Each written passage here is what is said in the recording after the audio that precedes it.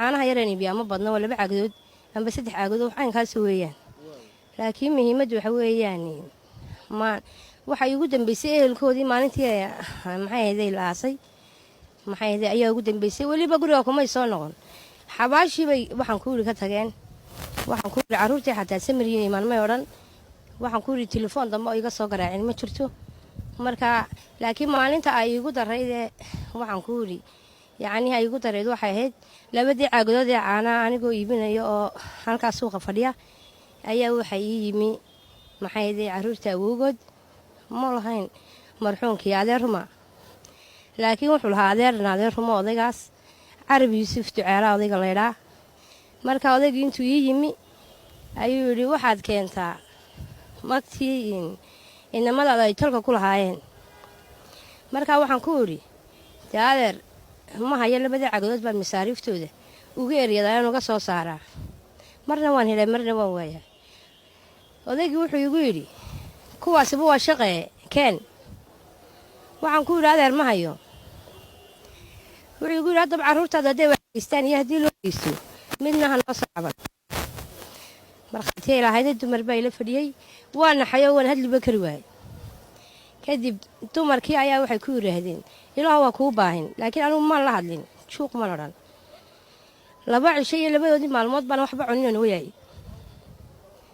markaas waxaan tiriyay maalinta habeenka maaseer baan hadana tiriyay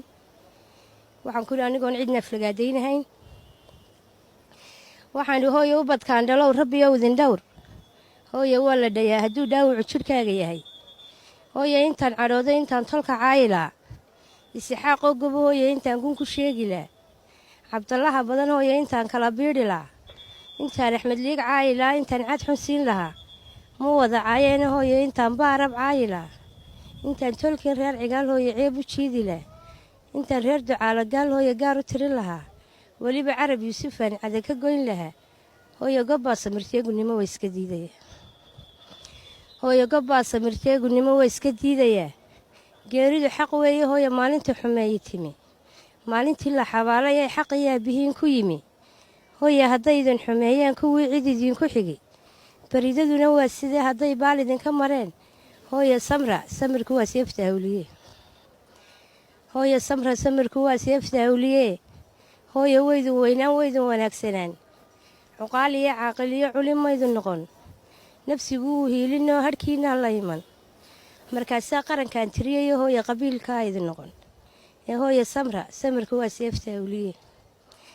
rabbo waydan caroonaydan calool xumaan rabbo deemaniyo luul dhulka idinka sii dar isku duuban oo hooyo noqda diinta wada akhriya dar isku duuban oo hooyo noqda tala qura wada leh waxa xun